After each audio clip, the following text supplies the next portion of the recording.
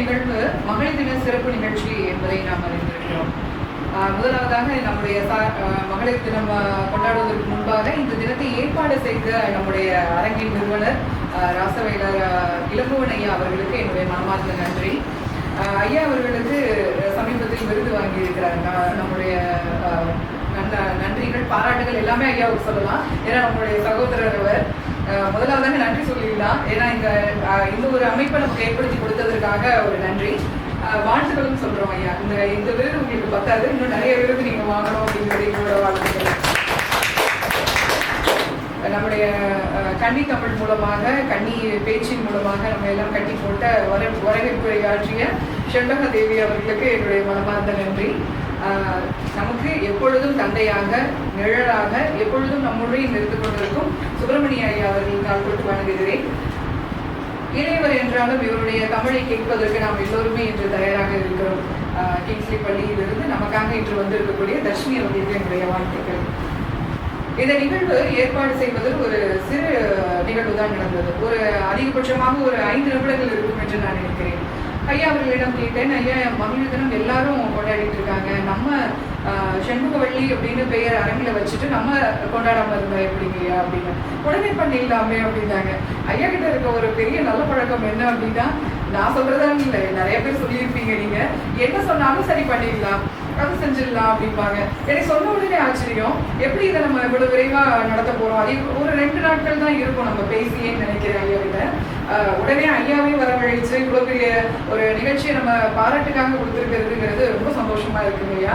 இதே போல வருடம் இந்த மகளிர் தின விழாவை சிறப்பாக கொண்டாடணும் அப்படிங்கிறது என்னோட ஆசைங்க ஐயா. அதுக்கு இன்னும் எங்களால என்ன உதவி செய்ய முடியுமோ அதை நாங்கள் கண்டிப்பா செய்ய தயாராக இருக்கிறோம் ஐயா.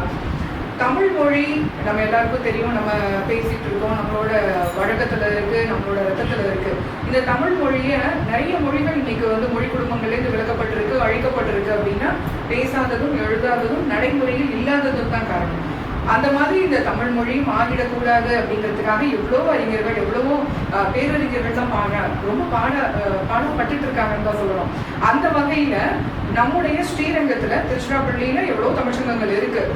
ஸ்ரீரங்கத்துல ஒரு தமிழ்ச்சங்கத்தை தன்னோட மனைவியின் பேர்ல ஆரம்பிச்சு கிட்டத்தட்ட 33 ஆண்டுகளுக்கு மேலாக இந்த அரங்குல நிகழ்வுகள் நடந்துகிட்டு இருக்கு. ஒவ்வொரு வாரமும் சனிக்கிழமை அன்று, கொரோனா நேரத்துல நம்ம எல்லாரும் சந்திக்க முடியல, இதே அரங்குல நம்ம எல்லாரும் கூடி இருந்திருக்கோம். கிட்டத்தட்ட ஒரு 3-4 வருடங்களுக்கு முன்பாக ஐயா ஒரு சின்ன டீ வரும், அம்மா அதுக்கு ரொம்ப நன்றிங்கம்மா, அந்த டீக்கு நாங்கள்லாம் அடிமை. அதுல என்ன கலந்துருப்பாங்கன்னு தெரியாது, ஒருவேளை அதுல அன்பு பாசம் அதிகமா கலந்துருக்குமோ என்னவோ. அந்த டீ குடிச்சிட்டு போனோம்னா அந்த நிகழ்வை நம்ம இன்னும் கொஞ்சம் நேரம் இருந்து கேட்கலாமோ அப்படிங்கிற மாதிரியான ஒரு தூண்டுதல் இருக்கும். இந்த இடம் அவ்வளவு நெருக்கமான இடம் நம்ம ஒவ்வொருத்தருக்குமே. அந்த நெருக்கம் கொரோனா நேரத்துல குறைந்தது. ஆனா அதுக்கு அப்புறமா இன்னைக்கு நிறைய நம்ம அரங்கில நிகழ்வு நடக்கணும் இல்லையா. ஒவ்வொரு வாரமும் அந்த நிகழ்வு நடக்கிறதுக்கு சாத்தியம் இருந்தாலும் செய்யுங்க, இது எங்களோட வேண்டுகோள் ஐயா. ஏன்னா நிறைய பேரை பார்க்கறதுக்கு, நிறைய தமிழறிஞர்களை பேசுறதுக்கு, இதுக்கெல்லாம் நமக்கு ஒரு வாய்ப்பு கிடைக்கும் அப்படின்ற ஒரு பேராசையில தாங்க அதை நான் சொல்றேன். 20 பேரை கொண்டாந்து கண்டிப்பா நீங்க வந்துருந்தாங்க. தமிழ் மொழி தொன்மை மாறாதது அப்படின்றத நம்ம சொல்லிட்டு தான் இருக்கோம். அது பேசி பேசி மட்டும் நம்ம கொண்டு வர முடியாது, அதுக்கான செயல் வடிவம் கொடுக்கணும். அந்த செயல் வடிவம் தான் செண்பக தமிழருக்கு கொடுத்துக்கிட்டு இருக்கு அப்படின்றத நான் நம்புறேன். இன்னைக்கு இருக்கக்கூடிய சூழ்நிலையில தமிழ் அழியாம காப்பாற்றுறது நம்மை போன்ற அரங்குகள் தான். ஒவ்வொரு வருடமும் தமிழ்ல PhD படிச்சு வெளியில வரக்கூடிய மாணவர்களை இந்திய அளவுல, நான் சொல்றது எல்லா பல்கலைக்கழகங்களும் சேர்த்து சொல்றேன், ஒரு 2000-3000 பேருக்கு மேல தமிழ் படித்தவர்கள் மட்டுமே வெளியில வர்றாங்க. ஆனா அவங்க எல்லாம் என்ன ஆகுறாங்க, எங்க போறாங்க அப்படிங்கிறது நம்ம யாராலையும் கண்டுபிடிக்க முடியல. ஆனா இந்த மாதிரியான தமிழ் அரங்குகளோட நாம சேர்த்து செயல்படும் பொழுது நம்முடைய திறமையும், நாம தமிழ் படிச்சதுக்கு என்ன பிரயோஜனம் அப்படிங்கிறதையும் நம்மளால உணர முடியுது. நானும் கிட்டத்தட்ட ஒரு 5-6 ஆண்டுகள் என்னோட பொருளாதார தேவைக்காக தமிழெல்லாம் மறந்துட்டு தான் ஓடிட்டு இருந்தேன்னு நினைக்கிறேன். திரும்ப எங்கேயும் ஒண்ணு தோணிக்கிட்டே இருக்கு, நம்ம தமிழ் படிச்சுட்டு இன்னும் அந்த சமுதாயத்துக்கு நம்ம எதுவும் செய்ய முடியலையோ, நம்ம இன்னும் அந்த படிப்பை வீணாக்கிட்டோமோ அப்படிங்கிற மாதிரியான ஒரு தோற்றல் இருந்தது. உடனே எனக்கு ஞாபகம் வந்தது நம்முடைய இளங்கோவன் ஐயா அவர்கள் தான். ஐயா என்ன செய்யலாம், எனக்கு திரும்ப தமிழ் மேல ஒரு புதுசா ஒரு காதல் வந்திருக்கு, என்னையா செய்யலாம் அப்படின்னு கேட்கும் பொழுது ஐயா சொன்ன ஒரே வார்த்தை, எங்களோட சேர்ந்து பயணிங்க, எங்களோட சேர்ந்து இருங்க அப்படின்றதுதான். பூவோட சேர்ந்து நாரும் மணக்கும் இல்லையா, அதே போல ஐயா கூட என்னைக்கெல்லாம் நான் சேர்றேனோ அன்னைக்கெல்லாம் பாத்தீங்கன்னா எனக்கு ஒரு மிகப்பெரிய உச்சத்தை கொடுக்குறாங்க. ஐயாவோட கற்பனார் இந்த நிறுவனத்தை ஆரம்பிச்சாங்க, அது நிறைய நம்ம பேசியிருக்கோம், இருந்தாலும் இந்த நேரத்தில் அதை நான் சொல்ல கடமைப்பட்டேன். அவரோட மனைவியின் மேலுள்ள காதலால் ஆரம்பிக்கப்பட்ட நிறுவனம் என்றாலும் பெண்ணுக்கு எவ்வளவு முக்கியத்துவம் கொடுத்தார் அப்படிங்கிறத இந்த நிறுவனத்தின் பெயர் மூலமாவே நம்ம தெரிஞ்சுக்கலாம். ஐயாவோட மறைவுக்கு அப்புறமாவும் இந்த நிகழ்வை இவ்வளவு திண்மையா இவ்வளவு அருமையா நடத்தக்கூடியது ஐயாவால மட்டும்தான் முடியும். இந்த இடத்துல வேற ஒரு மகன் இருந்திருந்தா நிச்சயமா அதை நடத்தியிருப்பாங்களா அப்படிங்கிறது நம்ம யாருக்கும் தெரியல. இந்த ஒரு பண்பு தான், இந்த ஒரு மாண்பு தான் இன்னைக்கு இத்தனை பேரை நம்ம ஐயா முன்னாடி கட்டி போட வச்சிருக்கு அப்படின்னு சொல்லலாம். ஐயா நமக்கெல்லாம் சகோதரன் அப்படின்னு நம்ம பேச்சுவாக்கில் சொன்னாலும் நமக்கெல்லாம் ஒரு ஆசம் தான். எனக்கு நிறைய பிரச்சனைகளுக்கு ஐயா உதவி செஞ்சிருக்காங்க. இந்த நேரத்தில் அந்த நன்றியோட நான் நினைவு கூறுறேன். என்னோட முனைவர் பட்ட ஆய்வுக்கு நான் தயாரிச்சுட்டேன். ஆனால் எனக்கு இருந்தக்கூடிய இடங்கள் நிறைய, திடீர்னு ஆக்சிடென்ட் ஆகும், திடீர்னு வீட்டில் ஏதாவது ஒரு பிரச்சனை வரும். இதனால் அந்த பிஹெச்டி முடிக்கிறதுக்கு அவ்வளோ தடுமா இருந்தேன். ஆனால் ஐயாவும் சுப்பிரமணியன் ஐயாவும் தகப்பனாகவும் ஒரு தமையனாகவும் இருந்து எனக்கு அந்த முனைவர் படத்தை முடிக்கிறதுக்கு பேருதவி செஞ்சாங்க. அதெல்லாம் இந்த என்னோட வாழ்வை முடிக்கிற வரைக்கும் நான் மறக்கக்கூடாது அப்படிங்கிறது தான். எனக்கு என்ன ஐயா கிட்ட இன்னொரு விஷயம் சொல்லணும்னா, நிறைய நீங்கள் விருதுகள் கொடுக்குறீங்க, நிறைய பேரை ஆதரிக்கிறீங்க, நிறைய அறிஞர்களுக்கு முன்னுதாரணமாக இருக்கீங்க ஐயா. முனைவர் பட்டம் படிச்சுட்டு நிறைய தமிழ் மாணவர்கள் வெளியில் இருக்காங்க. அவங்கள ஒன்றிணைக்க முடிஞ்சதுன்னா ஒன்றிணைத்து ஏதாவது தமிழுக்கு நம்மளால செய்ய முடியுமா அப்படின்றதையும் கொஞ்சம் சிந்தனையை கொள்ளலாம் இல்லையா. ஏன்னா இனிவரும் காலங்கள்லாம் இளையர் கையில் இருக்கு இல்லையா. அதனால ஏதாவது இந்த மாதிரி ஒரு முயற்சி எடுத்தீங்கன்னா இன்னும் நம்முடைய புகழ், இன்னும் நம்முடைய தமிழ் பரவும் அப்படிங்கிறது என்னோட சின்ன விருப்பம் இல்லையா. இந்த நிகழ்ச்சிக்கு தலைமை உரை அப்படின்னு இதை நான் சொல்ல முடியாது. ஏன்னா இதெல்லாம் உங்களெல்லாம் பார்க்கறதுக்கு ஒரு நல்ல வாய்ப்பாக தான் இதை நான் நினைக்கிறேன். அதுவும் ஐயா முன்னாடியெல்லாம் ரொம்ப பிள்ளைத்தமிழாக தான் பேச வேண்டியிருக்கு. எங்கே தவறு பண்ணிடுவோமோ, எங்கேயாவது தப்பாயிடுவோம் அப்படின்னு கவனிச்சு பேச வேண்டிய சூழ்நிலைக்கு நம்ம இருக்கோம். ஐயா மாதிரி பெரியவர்களோட இன்றைக்கு நாம் பயணிக்கிறது நமக்கெல்லாம் கிடைக்க மிகப்பெரிய பாக்கியம். எவ்வளவோ தமிழறிஞர்கள், எவ்வளவோ தமிழ் சான்றோர்கள் இந்த கூட்டத்தில் பேசியிருக்காங்க. எவ்வளவோ அறிஞர்களுக்கு நம்ம விருது நம்முடைய செல்வக தமிழர்கள் தந்திருக்கு. அவர்களோடு நம்மளால பயணிக்க முடியலை அப்படின்னாலும் நம்முடைய ஐயா மாதிரி பெரியவர்களோட பயணிக்கும் பொழுது இன்னும் நம்ம அந்த தமிழ் உள்ள நிறைய தொண்டாற்றலாம். ஐயா எப்படி இத்தனை வருடங்கள் கிட்டத்தட்ட ஐயாவோட பணியெல்லாம் பார்த்தீர்கள் என்று 40-45 வருடங்களுக்கு மேலே இருக்கு. நம்மளும் அவங்க கூட பயணிக்கும் பொழுது இன்னும் சமுதாயத்துக்கு, நம்முடைய பிள்ளைகளுக்கு, நமக்கு சார்ந்தவர்களுக்கு இந்த தமிழை கொண்டு போய் சேர்க்க நான் சுப்பிரமணியன் ஐயா கூட இருந்தேன். பாரதியார் கூட இருந்தவங்க யாரும் இன்னைக்கு சொல்றதுக்கு இல்லை, பாரதிதாசன் கூட இருந்தவங்க யாரும் இன்னைக்கு சொல்றதுக்கு இல்லை. ஆனா ஐயா மாதிரி நமக்கு ஒரு மிகப்பெரிய மூத்த தமிழறிஞர்கள் இருக்கிறது நமக்கு கிடைத்த மிகப்பெரிய பாக்கியம். அந்த பாக்கியத்தை நம்ம பயன்படுத்திக்கணும். ஒவ்வொரு நாளும் ஐயா கூட இருக்கிற நாட்களை நம்ம ரொம்ப பெருமையா மகிழ்வோட கொண்டு போகணும் அப்படிங்கிறது இந்த நேரத்துல நான் சொல்லிக்க விரும்புகிறேன். இந்த நிகழ்ச்சியில நம்முடைய ஐயா பேசுறதுக்கு நிறைய இருக்கு. ஐயாவோட பேச்சுக்களை கேட்கறதுக்கு நாட்களும் ஆர்வமா இருக்கும். அதே போல நம்முடைய இளம் பெண் அவங்களும் பேசுறதுக்கு தயாரா இருக்காங்க. பழனியா வந்தாச்சு. பழனியா அவ்வளவு லேட்டா வந்தாலும் நன்றி உரை வழங்குறதுக்காக வந்துட்டாங்க. ரொம்ப நன்றி தான். இந்த நிகழ்ச்சியில தலைமை உரை அப்படிங்கிறத தாண்டி நன்றி உரையாக தான் அது இருக்கு. இந்த நிகழ்ச்சி எனக்கு ஏற்பாடு செய்து கொடுத்ததுக்கு, பேசுறதுக்கு வாய்ப்பு கொடுத்த நம்முடைய ஐயா அவர்களுக்கு என்னுடைய மனமார்ந்த நன்றி. இன்னும் வரும் நாட்கள்ல இன்னைக்கு இது போன்ற வாய்ப்பு கொடுங்க அப்படிங்கிறது ஒரு வேண்டுகோளாகவும் வைக்கிறீங்க ஐயா. நன்றி. தலைமை உரையாற்றிய அம்மாவிற்கு நன்றி. கண்கள் இல்லை என்றாலும் பெண்கள் இல்லை என்றாலும் உலகம் இருட்டாக மாறிவிடும். இல்லத்தின் இன்பமாக, இனிமையாக, செல்வமாக, ஒளியாக விளங்கி நாட்டிற்கும் வீட்டிற்கும் பெருமை சேர்க்கும் பெண்களை போற்றுவோம், கொண்டாடுவோம்.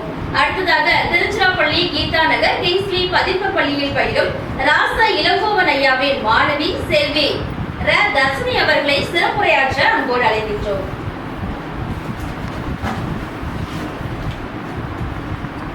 காலம் பிறக்கும் முன்னே பிறந்தவளாம், தெய்வ மாட்சிமை கொண்டவளாம், உயர்ந்த தத்துவத்தின் திண்மையாகி உற்ற பொருளில் உண்மையானவளாம், நல்ல சங்கம் வளர்த்த சீலை செம்மொழியா என் அன்னை தமிழை முதற்கண் வணங்குகிறேன். எனக்கு இன்னுயிர் தந்து இவ்வுயிர் சிறப்புற நல்லொழுக்கம் கற்பித்து என்னை கண்ணிமை போல் காத்து வரும் என் தாய் தந்தையரை இப்பிறவி உள்ளவரை வணங்கி மகிழ்வேன். பாரதிக்கு ஒரு கண்ணம்மாவை போல் ராசவேல் ஆகியாவிற்கு செவ்வகம் அம்மையார். பாரதி எல்லாவற்றையும் கவிப்பொருளாக்கினார். ஆனால் ராசவேல் ஆகியாவோ தன் மனைவியை தவிர வேறு ஒன்றையும் கவிப்பொருளாக கொண்டதே இல்லை. தன் மனைவி மீது அவருக்கு கொண்ட காதலின் மேன்மை என்றும் சாகாமல் இருக்கவே, என்றும் நிலைத்து வாழும் தமிழுக்கு சேவை செய்யும் நோக்கம் கொண்டு துவங்கிய அரங்கம் தான் செண்பக தமிழரங்கம். 1700க்கும் மேற்பட்ட வெற்றி விழாக்களை கொண்டாடி வரும் செண்பக தமிழரங்கம் என்பது ஒரு மாபெரும் கடல். அதில் மூழ்கி முத்தெடுத்த மூத்தவர்களையும் புகழ் பெற்ற சான்றோர்களையும் இக்கணம் வணங்குகிறேன். தாய்மொழியாம் தமிழ் மொழி மீது எங்களுக்கு பற்று வர காரணமானவர். உன்னத குணங்களுக்கு அவரே சிறந்த உதாரணம். உயர்ந்த இடத்தின் உச்சத்தில் அவர் இருந்தாலும் எங்களையும் உயர்த்த வேண்டும் என்பதற்காக அவ்வப்பொழுது கீழிறங்கும் வானோடியவர். தன் தாயை தெய்வமாகவும் தன் தந்தை சொல்லே மந்திரமாகவும் கொண்டு இன்று வரை பின்பற்றி வரும் எங்கள் தமிழ் ஐயா திரு ராச இளங்கோவன் அவர்களின் பொற்பாதங்களுக்கு என் வணக்கத்தினை சமர்ப்பிக்கின்றேன். இவ்வாய்ப்பினை நல்கியதற்கு பல கோடி நன்றிகளையும் தெரிவித்துக் கொள்கிறேன். மகளிர் தினம் ஒவ்வொரு ஆண்டும் மார்ச் 8ஆம் தேதி பெண்களின் சாதனைகளை கொண்டாடுவதற்காகவும் பாலின சமத்துவ பிரச்சனைகள் குறித்து விழிப்புணர்வு ஏற்படுத்துவதற்காகவும் உலக அளவில் பெண்களின் உரிமைகளை எடுத்துரைப்பதற்காகவும் அவர்களின் முன்னேற்றத்தை அங்கீகரிப்பதற்காகவும் கொண்டாடப்படும் மகத்தான தினமே மகளிர் தினம். ஆனால் இன்று மகளிர் தினம் என்பது நம் சமூகத்தின் பார்வையில் எப்படி கொண்டாடப்படுகிறது தெரியுமா? ஒரே வண்ண புடவை முடித்துதல், கோல போட்டி, சமையல் போட்டி, பெரிய வணிக நிறுவனங்கள் வழங்கும் மகளிர் தின தள்ளுபடி, அவளுக்கு பிடித்த பாடலை வானொலியில் வழங்குதல் போன்ற உயிர்ச்சாரமற்ற நிகழ்வுகளை கொண்டு அந்த ஒரு நாள் மட்டும் கொண்டாடி மகிழ்கிறது, அவளை மகிழ்விக்க முயல்கிறது. மாண்பு பொருந்திய மாட்சிமை கொண்டது பெண்ணினம். பெண்ணின் பிறப்பு முதல் அவள் சாதித்து சிகரம் தொட்ட நிகழ்வு வரை படைச்சாற்றப்பட வேண்டிய தருணத்தை இப்படி கேலி பொருளாக்கி கொண்டாடுவது மனவேதனையை தருகிறது. இயற்கையில் முதலில் அரும்பியது பெண்ணினம் என்று கூறுகிறார் பூத பௌதிக ஞானிகள். அதனால் தான் சக்தியே முதன்மை பெற்றது. இயற்கையும் இறைமையும் இயல்பிலேயே முதன்மை தந்து படைத்துள்ளது இப்பெண்மை. ஈன்றவளின் என்ன கடவுளும் இல்லை என்கிறது நான்மணிகளிகை. பெண்ணின் பெருந்தக்க யாவுல என்கிறார் என் ஐயன் வள்ளுவர். பெண்மையை தெய்வம் என கொண்டு மூவேல் உலகிற்கும் தாயே என்கிறார் மாணிக்க வாசகர். ஞான நிலையில் பெரும் பெண்மை அடையும் நிலை ஒன்று உண்டு என்கிறார் திருமூலர். மெய்யொருளாம் தாயுடன் சென்று பின் தாகையை கூடி என்கிறார் பட்டினத்தார். நம் முன்னோர்கள் பெண்ணின் சிறப்புணர்ந்து வாழ்விற்கு இன்றியமையாத கல்வி, திரு, ஞானம் இவற்றை பெண்ணென கருதினர். பல்லுயிரை காக்கும் நாட்டை தாய் என்று போற்றினர். அழகு, அன்பு, அடக்கம், இரக்கம், இன்பம், தாய்மை, தன்னல மரபு, தெய்வ மனம் இப்படி எல்லா இயல்புகளும் ஒரு சேர பெற்று விளம்பவள் தான் பெண். நாகரிகம் பெற்ற ஒரு நாட்டின் அடையாளமே பெண் தான். வேத காலம் முதல் பழந்தமிழ் காலம் வரை பெண்ணின் வீரம், ஞானம், கல்வி, ஆட்சி சிறப்பு, ஆளும் திறன் இப்படி தாய் வழி சமூகம் வழிநடத்தி வந்த உண்மைகளை பல இலக்கிய படைப்புகளில் காண முடிகிறது. அவள் அன்பின் அடையாளம், ஆண்டவனின் அதிசய படைப்பு. அன்னை என, மகள் என, சகோதரி, காதலி, தோழி, மனைவி என அவள் எடுக்கும் எல்லா அவதாரமுமே அற்புதமானவை. அவளை பாடாத கவிஞர் இல்லை, அவளை பாடாதவர் கவிஞனே இல்லை. ஒரு ஆணுக்கு நிகராக அல்ல, ஒரு ஆணினும் மேலானவள் பெண். அவள் சக்தியின் அம்சம், பக்குவத்தின் புகழிடம், வீரத்தின் அடையாளம். அவள் போக பொருள் அல்ல, நம் உயிர் மோட்சம் பெறுவதற்கான திறவுகோல் பெண். இயற்கை தொடங்கி இல்லறவியல், இன்பவியல், துறவரம் வரை அவள் இல்லாத வாழ்வை இம்மானுட உலகம் நினைத்து கூட பார்க்க முடியாது.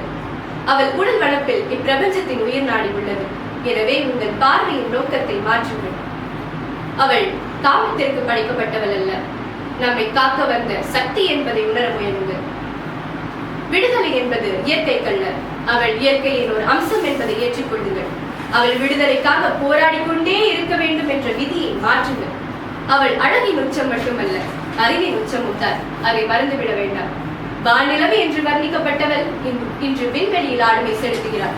காலம் அவளை மின்னல் வேகத்தில் விண்தொட வைத்தாலும் ஒவ்வொரு நொடியும் அவளை வீழ்த்தி கொண்டிருப்பதும் நாம் மறுக்க முடியாத உண்மைதான். ஏட்டையும் பெண்கள் தொடுவது தீமை என்று எண்ணி இருந்தவர் மாய்ந்துவிட்டனர் தான். வீட்டுக்குள்ளே பெண்ணை பூட்டி வைப்போம் என்று விந்தை மனிதரும் தலை கவிழ்ந்ததும் உண்மைதான். ஆனால் இன்று ஏட்டை தொட வீட்டை விட்டு வெளியேறும் பாப்பா முதல் பாவை வரை பாடியில் தொல்லை தரும் மானகிட்டையும் மானுடத்தை என்ன செய்வது என்பதே இந்நாளில் எங்களின் மிகப்பெரிய கேள்விதான். முட்கள் இல்லாத பூக்கள் என சிரிக்கும் மழலைகள் முள்ளில்லாத காரணத்தினாலே ஒட்டாக இருக்கும் பொழுதே அவர்களை அழித்து விடுகின்றனரே, இது யார் செய்த பாவத்தின் பலன்? மங்கையராய் பிறப்பதற்கு நல்ல மாதவம் செய்திட வேண்டும் அம்மா என்ற பொன்வரிகளை என்று கேட்கும் பொழுது மனவழியை தருகிறதே, இது ஏன்? தன் உயிர் தந்து இன்னொரு உயிரை இவ்வுலகிற்கு தரும் அவள் வழியை நீங்கள் உணர வேண்டாம். மாதந்தோறும் அவள் படும் துயரை கூட நீங்கள் பொருட்படுத்த வேண்டாம். எல்லாம் தருவதாக சொல்லி அவளை ஏமாற்ற வேண்டாம். பாதுகாப்பதாக சொல்லி பலியிட வேண்டாம். பொய்க்காதல் சொல்லி களவாட வேண்டாம். பொய் உறவு சொல்லி அவள் உணர்வோடு விளையாட வேண்டாம். அவளை சக்தியற்றவளாக நினைத்து அவளை இம்சிக்க வேண்டாம். உரிமை தருகிறேன் தருகிறேன் என்று சொல்லி அவளை ஊமையாக்க வேண்டாம். அவள் சாதனைக்கு துணை நிற்க வேண்டாம். அவள் இனமே அவளை சாடும். சங்கடங்கள் நிகழ வேண்டாம். அன்பு உறவுகளே, ஆண் பெண் என்ற பேதம் தாண்டி அவளும் சில சக உயிர்தான் என்பதையும், கற்பு உரிமை என்பது கடவுளின் எல்லா படைப்புகளுக்கும் பொதுதான் என்பதையும் உணர்ந்து அவளை அவளாகவே இருக்க விடுவதே இந்நாளில் நாம் செய்யும் மிகப்பெரிய உன்னத செயலாகும். மகளிர் தினம் என்பது பிற பண்டிகைகள் போல் கொண்டாடி மகிழ்வதற்கல்ல. மகளிர் தினம் என்பது ஒடுக்கப்பட்டு கிடக்கும் அவளது உரிமைகளுக்காக அவள் போராடி கொண்டிருக்கும் பெண்களுக்கு எதிரான மூட பழக்கங்கள், பாலியல் தொல்லைகள், அடக்குமுறைகள், இப்படி அவளை முன்னேற விடாமல் தடுக்கும் கொடுமைகளை எதிர்த்து நாம் போராட ஒன்று சேர வேண்டிய தினம். இனி எச்சூழலிலும் பெண்ணின் மானம் பறிபோகாது என்ற வாக்குறுதியை நாம் ஒன்று சேர்ந்து எடுக்க வேண்டிய தினம். மேலும் பெண்ணில்லாத உலகம் இல்லை, உயிர் ஏது, கடவுள் ஏது, அன்பேது, எல்லாம் பெண்ணால், எல்லாம் பெண்ணில். அத்தகைய சிறப்பு வாய்ந்த மகளிர் தினத்தை நாம் கொண்டாடி மகிழ்வோம். அனைத்து மகளிருக்கும் என் மகளிர் தின வாழ்த்துக்கள். இவ்வாய்ப்பினை நல்கிய செண்பக தமிழரங்குக்கும் என் மதிப்பிற்குரிய தமிழ் ஆசிரியருக்கும், இத்தனை நேரம் என் கருத்தினை செவிசாய்த்து கேட்ட சான்றோர் பொதுமக்களுக்கும் என் நன்றியினை தெரிவித்துக் கொள்கிறேன். நன்றி, வணக்கம். சிறப்புரையை மிகச் சிறப்பாக வழங்கிய செல்வி தர்ஷினி அவர்களுக்கு நன்றி. ஆணிடத்திற்கே கிடைக்காத வரப்பிரசாதம் தாய்மை. பெண்ணிடம் மட்டும் பெற்று வந்த பரிசு. ஒரு படி சோற்றை கூட அதிகம் உட்கொள்ளாத இந்த வயிறு ஒரு உயிரையே உள்ளே வளரச் செய்யும் உலக அதிசயம். எவ்வளவுதான் விஞ்ஞான வசதிகள் வந்தாலும் கருவறையை விட ஒரு சிறந்த பாதுகாப்பான அறையை ஒரு குழந்தைக்கு வேறு எவரால் தந்துவிட முடியும்? இதைவிட இறைவனின் வல்லமைக்கு வேறு சான்று வேண்டுமா? இப்படி தாய்மையின் மகத்துவத்தை எத்தனை தத்துவமாகவும் சொல்லலாம், தத்ரூபமாகவும் சொல்லலாம். அந்த தாய்மை நிறைந்த பெண்மையை என்றென்றும் கொண்டாடுவோம். அவர்களை வாழ்த்த தாய்மை உள்ளமும் நல்ல எண்ணமும் கொண்ட இவர்தான் சாலச் சிறந்தவர். ஆம், தமிழ் மாமணி முனைவர் ப. சுப்பிரமணியன் ஐயா அவர்களை வாழ்த்துரை வழங்க அன்போடு அழைக்கின்றோம். முன்னாலிருந்தே இவையோர் விருந்தமிழும் என்றாலும் நல்லது ஒரு வீணை செய்தே அதை நலங்கட புழுதியில் எரிவதுண்டோ? சொல்லடி சிவசக்தி, என்னை தொடர்பிலும் அறிவுடன் படைத்து விட்டாய். வல்லமை தாராயோ இந்த மாநிலம் பயனுற வாழ்வதற்கே. சொல்லடி சிவசக்தி, நிலச் சுமையென வாழ்ந்திடத்துள்ளோ. திருவரங்கம் ராசவேலர் செண்பக தமிழரங்கின் சார்பாக இங்கே மகளிர் தின விழா சிறப்பாக நடைபெற்றுக் கொண்டிருக்கிறது. இந்த விழாவிலே தலைமை தாங்கி அருமையான ஒரு உரையாற்றி இந்த அரங்கு தொடர்ந்து இந்த மகளிர் விழாவை சிறப்பாக கொண்டாட வேண்டும் என்கிற வேண்டுகோளை வைத்து விடைபெற்றிருக்கிற முனைவர் லாவண்யா அசோக்குமார் அவர்களே, அவர் மிக பொருத்தமானவர். ஏனென்று கேட்டால் மகளிருடைய பிரச்சனைகளை எல்லாம் ஆய்வு செய்து நூலாக வெளியிட்டிருக்கிறார். அதாவது இலக்கியத்திலேயே ஆய்வு செய்திருக்கிறார், கள ஆய்வாகவும் மேற்கொண்டிருக்கிறார். பல இடங்களுக்கு போய் பெண்களுடைய நிலை எப்படி இருக்கிறது, அவருடைய வருமானம் எப்படி இருக்கிறது, அவர்கள் எப்படி நடத்தப்படுகிறார்கள், இதையெல்லாம் ஆய்வு செய்து திருமதி ராதா செல்லப்பர் என்கிற ஒரு பெரிய பேராசிரியரிடத்திலே அவரை வழிகாட்டியாக கொண்டு ஆய்வு செய்து அதை நூலாகவும் ஆக்கி பெருமைற்றிருக்கிற அருமை சகோதரி லாவண்யா அவர்கள் போற்றுதற்குரியவர். இந்த நிகழ்ச்சிக்கு தலைமை தாங்குவதற்கு மிகவும் தகுதியானவர் என்பதையும் நான் இங்கே கூறிக்கொள்ள கடமைப்பட்டிருக்கிறேன். நம்முடைய அருமை குழந்தை தர்ஷினி இளங்கோவனுடைய தயாரிப்புதான் சொல்ல வேண்டும். அதனால அருமையாக உரையாற்றி இருக்கிறார். பெண்களை எல்லாரும் நன்றாக நடத்துங்கள், பெண்களுக்கு உரிமைதாருங்கள், அவர்களை அடிமைப்படுத்தாதீர்கள் என்கிற கருத்தை அவர் முன்வைத்திருக்கிறார். அவர் பெண்கள் முன்னிலையிலே இந்த கருத்தை சொல்வதனாலே பயனில்லை, ஆண்கள் முன்னிலையிலே சொல்கிறார். ஏனென்றால் இது காணொலி எல்லா இடத்துக்கும் போகிறது. அதனால் ஆண்களும் இதை பார்ப்பார்கள். அப்படி பார்க்கிற போது அவருடைய கருத்து அங்கே எடுபடும். ஆகினாலே செல்வி தர்ஷினி அவர்களே, அடுத்ததாக வரவேற்புரையாற்றி இருக்கிற நம்முடைய அருமை செல்வி இளங்கோவின் பெண் வாரிசு இள செண்பகாதேவி எம்எஸ்சி அவர்களே, அடுத்ததாக இங்கே இணைப்புரை வழங்கிக் கொண்டிருக்கிற திருமதி செல்வமணி அவர்களே, அடுத்ததாக இந்த அரங்கை மிகச் சிறப்பாக நடத்தி கொண்டிருக்கிற ராச இளங்கோவன் அவர்களே, வரவேற்புரையாற்றுவதற்கு பதிலாக நன்றி உரையாற்றுவதற்காக வரை குறித்திருக்கிற முனைவர் பிரதியா அவர்களே, இங்கே வந்திருக்கிற அன்பு சகோதரிகளே, இந்த செண்பக குடும்பத்தை சார்ந்த அன்பு சகோதரிகளே, உங்கள் அனைவரையும் நான் வணங்கி வருகிறேன். எனக்கு வாழ்த்துறைன்னு போடப்பட்டிருக்கு. எனக்கு வாழ்த்துவதற்கு என்ன தகுதினா ஒரே ஒரு தகுதி, நான் 3 பெண் மக்களுக்கு தந்தை. அந்த தகுதி எனக்கு முக்கியமா இருக்கிறது. ஆகையினால இந்த மாதிரி இது எப்படி தோன்றியது,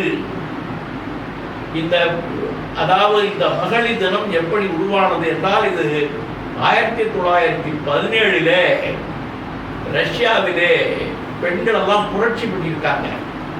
என்ன மாதிரி புரட்சி என்றால், அவர்கள் இப்பவும் கூட ஆண்கள் பெண்கள் ஒரே வேலை பார்த்தால் கூட இன்னும் சமமான ஊதியம் கிடைப்பதில்லை. எல்லாருக்கும் தெரியும், ஒரே கல்லூரியில ஒரே வேலை பார்க்கிற ஒரு பேராசிரியருக்கும் இன்னொரு பேராசிரியருக்கும் இருக்கிற சம்பள இடைவெளி மிக அதிகம். அதாவது கௌரவ விரிவுரையாளர்களோ போட்டு சம்பளத்தை குறைத்து கொடுக்கிறார்கள். அதே மாதிரி கொத்தனார் வேலைக்கு போனா கூட அங்கே ஆண் சித்தாள் வேலை பார்த்தா அவருக்கு பேரு மம்பட்டி ஆள்னு பேரு, சம்பளம் கூட. பெண்ணாக இருந்தால் அந்த ஆளுக்கு சித்தாள்னு பேரு, சம்பளம் குறைச்ச. ஆகையினால இந்த பாகுபாடு எல்லா இடத்திலையும் இருக்கிறது. ஆகையினால இந்த மாதிரி பாகுபாடு போக வேண்டும் என்று அந்த காலத்திலேயே ரஷ்யாவிலே பெரிய புரட்சி நடந்திருக்கிறது. பெண்கள் எல்லாம் கிளர்ந்து எழுந்திருக்கிறார்கள், அதில் ஆண்களும் சேர்ந்து கொண்டிருக்கிறார்கள்.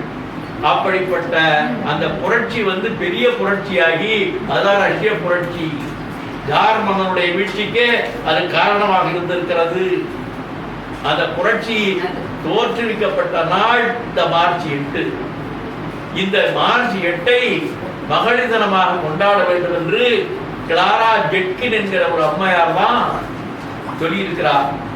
அதை ஏற்றுக்கொண்டு இந்த மார்ச் 8வது நாள் 8 என்கிற இந்த நாள் மகளிர் தினமாக கொண்டாடப்படுகிறது. இதனுடைய நோக்கம் என்னவென்றால், மகளிருக்கு சம உரிமை தரப்பட வேண்டும். அதாவது இப்போ பெண் கல்வி ஓரளவுக்கு வந்திருக்கிறது. அதாவது பெண்கள் எல்லாம் எல்லாரும் கல்லூரி படிப்புக்கு போகிறார்கள். ஆர்வத்தால போகிறாள், என்னமோ அரசாங்கம் 1000 ரூபாய் கொடுத்து போறவங்களும் இருக்கிறார்கள். ஆகையினால இந்த பெண் கல்வியினுடைய வளர்ச்சி நல்லதுதான். ஆனால் இந்த பெண்கள் வெறும் பட்டதாரி ஆகாரத்தோடு இருந்தா பயனில்லை. அவர்கள் என்ன செய்யணும், போட்டித் தேர்வுக்கு தயாராகி வேலையில பணியில அமரணும். ஆணுக்கு நிகராக இவர்களும் ஊதியம் வாங்க வேண்டும். அப்படி ஊதியம் வாங்கினாதான் அவர்கள் அதில் இருக்கிறது. சமுதாயத்திலே அவர்களுக்கு ஒரு மதிப்பும் மரியாதையும் ஏற்படுகிறது. 1, குடும்பத்திலே அவர்கள் மதிக்கப்படுகிறார்கள். 2. ஆனா என்ன இதில் சில சிக்கல் என்று கேட்டால், இந்த பெண் வீட்டிலேயும் வேலை பார்க்க வேண்டி இருக்கிறது, அலுவலகத்திலேயும் வேலை பார்க்க வேண்டி இருக்கிறது. 2 பணி. இதற்கு ஆண்கள் ஒத்துழைக்க வேண்டும். ஆண்கள் என்ன செய்யணும், கூடமான வேலை செய்யணும் கொஞ்சமாவது. அப்பதான் இந்த பெண்ணுக்குரிய சுமை குறையும்.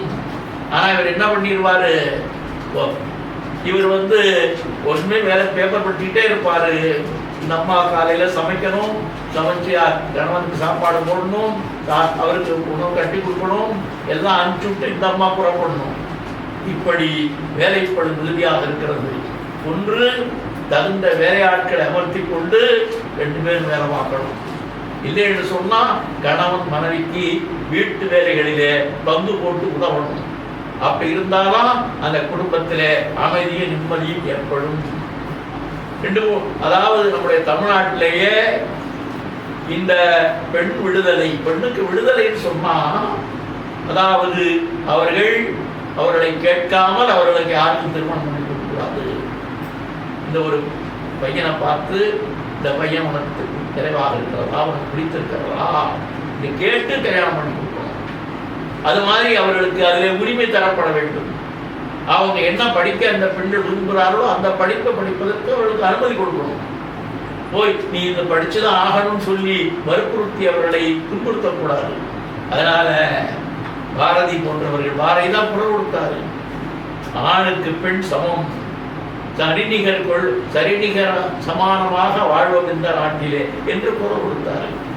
இன்னொன்று என்னன்னா, கற்பு என்றால் பெண்ணுக்கு மாத்திரம் இருப்பது வலியுறுத்துவது சரியில்லை, ஆணும் கற்புடையவனாக இருக்க வேண்டும் என்று பாரதி குரல் கொடுத்தார். அப்பவே கற்பென்று சொல்ல வந்தால் அதை இரு கட்சிக்கும் முடிவில் வைப்போம் என்று பாரதி சொன்னார். அந்த காலத்திலேயே கம்பன் சொல்றான், அதாவது ஆணுக்கும் கற்பு இருக்க வேண்டும், பெண்ணுக்கும் கற்பு இருக்க வேண்டும் என்பதனாலதான் ஒரு பிறன்மனை நோக்காத ஒரு ராமனை கதாநாயகனை படைச்சான். கணவனை தவிர வேற யாரையும் நினைத்து பார்க்காத சீதை தான் அந்த பாட்டுடைய தலைவி ராமாயணத்துல. அது மாதிரி கற்பு இருவருக்கும் பொதுவாக இருக்க வேண்டும் என்பதை பாரதி. அப்புறம் பட்டங்கள் ஆழ்வதும் சட்டங்கள் செய்வதும் பாரினில் பெண்கள் நடத்த வந்தோம்னா, 8 அறிவினில் ஆணுக்கு இங்கே பெண் இழைப்பில்லை காண என்று துணியை. அறிவு எல்லாரும் பார்க்கிறோம். இன்றைக்கு பார்த்தா பெரிய பெரிய பதவிகளை எல்லாம் பெண்கள் இருக்கிறார்கள், பெரிய பெரிய நிறுவனங்களை எல்லாம் பெண்கள் நடத்துகிறார்கள். அதனால அறிவிலே பெண்கள் குறைந்தவர்கள் இல்லை. பெரியார் சொல்லுவாரு, என்ன பெண்கள் குறைந்து போயிட்டாங்க, அவர்களுக்கு நகை நிறைய அணிந்து கொள்வதை சொல்லுவாரு, பெண்கள் அந்த நகை மாட்டும் ஸ்டாண்டுகளான்னு கேட்பாரு. ஆகையினால அதாவது இந்த மாதிரி அவங்களுக்கு நகையை போட்டு அலங்காரம் பண்ணி இவன் இந்த பெண்ணை அடிமையாக்குகிறான் என்பது பெரியாருடைய கொள்கை. அதே மாதிரி பாரதிக்கு அப்புறம் வந்தார் பாரதிதாசன். அவரு என்ன பண்றாரு, புதிய கருத்துக்களை சொல்கிறார். பெண்களே படியுங்கள், தலைவாரி கூட்டூட்டி உன்னை பாடசாலைக்கு போய் என்று சொன்னாலும் அன்னை மலைவாழை அல்லவோ கல்வி. அதனால என்ன சொல்கிறார், படி, பெண்களே படியுங்கள். அதனால பெண் விடுதலைக்கு அடிப்படை படிப்பு, கல்வி. கல்வி என்றால் வெறும் ஏட்டு கல்வி மாத்திரமல்ல, எல்லா உலக கல்வி, உலகத்தையும் படிக்கணும். ஆகையினால அவர்கள் என்ன செய்ய வேண்டும், படிக்கிற காலத்திலேயே அவர்கள் வீட்டு வேலைகள், சமையல் முதலாவதையும் தேர்ச்சி பெறணும். அதனால நான் படிக்கிறேன், நான் சமைக்க மாட்டேன்னு சொன்னா பின்னாடி திருமணம் ஆன பிறகு அந்த குடும்பத்துக்குள்ளே சண்டை சச்சரவு தான் ஏற்படும் என்பதுதான் ஒரு செய்தி. கம்பன் சொல்லுவான், அந்த காலத்திலேயே பெருந்தடங்கன் பிறை முதலார்க்கெல்லாம் பொருந்து செல்வமும் கல்வியும் கூத்தரார். அதாவது அந்த காலத்திலேயே கம்பன் காட்டுகிற கோசலத்துல கல்வியிலேயும் செல்வத்திலேயும் பெண்கள் சிறந்து விளங்கினார்கள். வருந்தி வந்தவர்க்கு ஈகளும் வைகளும் விருந்து வன்றி விளைவனையாவையே. வந்தவர்களுக்கெல்லாம் கொடுப்பது, வருவர்களுக்கெல்லாம் விருந்து படைப்பது, இதைத்தான் அந்த பெண்கள் செய்தார்கள் என்றால் அவர்கள் கல்வியிலேயும் சிறந்திருந்தார்கள், அவர்கள் செல்வத்திலேயும் சிறந்திருந்தார்கள். ராமன், அதாவது கம்பன் காட்டுகின்ற சீதை உரிமை உடையவளாக இருக்கிறாள். என்ன உரிமைன்னு கேட்டீங்கன்னா, அவன் சொல்றான், நீ வராத காட்டுக்கு, காட்டிலே பரற்கற்கள், வெறி கூறான கற்கள் தான் இருக்கும், உன் கால் பட்டு புண்ணாயிடும், நீ வராதேன்றான். அப்ப அவ சொல்றா, நீ பிரிவினும் சுடுமோ பெருங்காடுன்னு கேட்கிறான். இந்த காடு என்ன உனக்கு பிரியதை விட ரொம்ப கொடுமையா இருக்குன்னு கேட்டுட்டு கேட்கிறா. உங்க அம்மாவுக்கு நீங்க என்ன சொன்னீங்கன்னு கேட்கிறா. என்ன சொன்னீங்க, அவங்க அம்மா உங்களோட வரணும்னு சொன்னாங்க, அப்ப நீங்க சொன்னீங்க அப்பாவை பிரிஞ்சு நீ வரக்கூடாதுமா, அப்பாவை நீ பார்த்துக்கணுமா அப்படின்னு சொன்னீங்கல்ல. உங்க அம்மாவுக்கு ஒரு நியாயம், எனக்கு ஒரு நியாயமா? இதுதான் நீ சான்றோனாக இருக்கிற ராமனாகி உன்னுடைய நடவடிக்கையா என்று கேட்டு உரிமையோடு கேட்கிற ஒரு சீதையை பார்க்கிறோம். ஆகையினால அந்த காலத்திலேயே, அதாவது பெண்கள் உரிமைக்காக போராடுவது தவறில்லை. ஆனால் அதே சமயத்துல சில நேரங்களிலே விட்டு கொடுத்து போகணும். ஆண்களோட அவருடைய கருத்தறிந்து நடந்துக்கணும். ஆனால் அடிமையாக வேண்டும் என்கிற அவசியம் இல்லை என்கிற செய்தி. ஆகையினால பாரதிதாசன் சொல்றாரு, பேச்சுரிமை வேணும், பெண்ணுக்கு பேச்சுரிமை வேண்டாம் என்கின்றீரே, மண்ணுக்கு கேடாய் மதித்தீரோ பெண்ணினத்தை. பெண்ணுரிமை தீர்மட்டும் பேசும் திருநாட்டில் மண்ணுரிமை தீர்ந்து வருதல் கொண்டே. பெண்ணுக்கு உரிமை இல்லைன்னா மண் உரிமை வராது. இந்தியாவில் தான் சுதந்திரம் வந்த உடனேயே நம்ம எல்லாருக்கும் வாக்குரிமை பெண்களுக்கெல்லாம். பல நாடுகள்ல ரொம்ப பின்னாடி தான் எல்லா பெண்களுக்கும் வாக்குரிமை வந்தது. ஆனால் இந்தியாவிலே வாக்குரிமை ஆரம்பத்திலேயே வந்துவிட்டது. ஆகையினால நாமெல்லாம் என்ன, பெண்கள் உங்கள் பிள்ளைகளை எல்லாம் கல்வியில் சிறந்தவர்களாக்குங்கள், நல்ல பழக்க வழக்கங்களை கற்றுக் கொடுங்கள், ரொம்ப நேரம் டிவி பார்க்க அனுமதிக்காதீர்கள், அந்த பிள்ளைகளுக்கு சரியான வழிகாட்டியாக இருங்கள், அவர்களுக்கு வாழ்க்கை எப்படி வாழ்வது என்பதை சொல்லிக் கொடுங்கள், கணவனோடு எதிர்காலத்திலே எப்படி நடந்து கொள்வது என்பதை நீங்கள் நடந்து கொள்வதன் மூலமாக அவர்களுக்கு எடுத்து காட்டுங்கள். இதெல்லாம் சொல்லி தெரியறதில்லை. நாம கணவன் எப்படி நடக்கிறோமோ அப்படிதான் நம்முடைய பொண்ணு தான் கணவன் போய் நடக்கிறோம். அதனால அந்த மாதிரி தங்களுடைய வாழ்க்கையை நீங்கள் அமைத்துக் கொள்ளுங்கள். நீங்கள் எல்லா அளவும் பெற்று வாழ்க்கையிலே பணமும் வேண்டும், அறிவும் வேண்டும், எல்லாம் வேண்டும். ஆகையினால செல்வத்திலேயும் நீங்கள் அப்படின்னா பணமே வேண்டானே, நாமெல்லாம் துறவிகள் அல்ல. நமக்கு செல்வமும் வேண்டும், கல்வியும் வேண்டும். அதனாலதான் செல்வத்துக்கு இலக்குமி திருமகள், கல்விக்கு கலைமகள், எல்லாம் தெய்வமெல்லாம் வீரத்துக்கு வச்சோம், எல்லாத்துக்கும் வச்சுட்டு எல்லாத்தையும் தெய்வங்களை எல்லாம் பெண்களாக வைத்து விட்டு, ஆனால் அந்த பெண்களை அடிமைப்படுத்தியதுதான் நம்முடைய சமுதாயத்தில் இருந்திருக்கிற கொடுமை. இன்றைக்கும் செய்தித்தாளில் பார்த்தா பல செய்திகள், பாலியல் துன்புறுத்தல்கள், அண்ணா பல்கலைக்கழகத்திலே ஒன்று, வங்காளத்திலே ஒரு மருத்துவர், இப்படி பல்வேறு இடங்களிலே பல்வேறு கொடுமைகள் நடைபெற்றுக் கொண்டிருக்கின்றன. இதற்கு பெண்கள் எல்லாம் உரிமைக்காக போராட வேண்டும்.